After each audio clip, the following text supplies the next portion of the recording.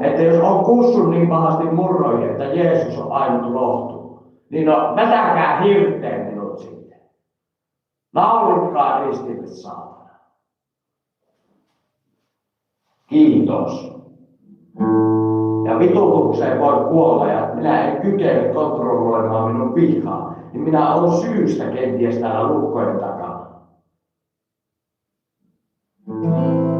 Ja kyllä minä sen verran tiedän, että tämä on vapaaehtoisesti katsottavissa tämä YouTube-striimi, mutta vielä on myös muita potilastovereita tässä sairaalassa. Ja viimeksi lensin kämpästä pihalle sen takia, kun minä en kykene kunnolla palveutumaan minun musiikkiin ihan omassa rauhassaan. Ääni eristetty huone ja sinne huutamaan kitaran kanssa. Ja en varmasti tapaa itseäni, jos saa musiikkia tehdä. Piste.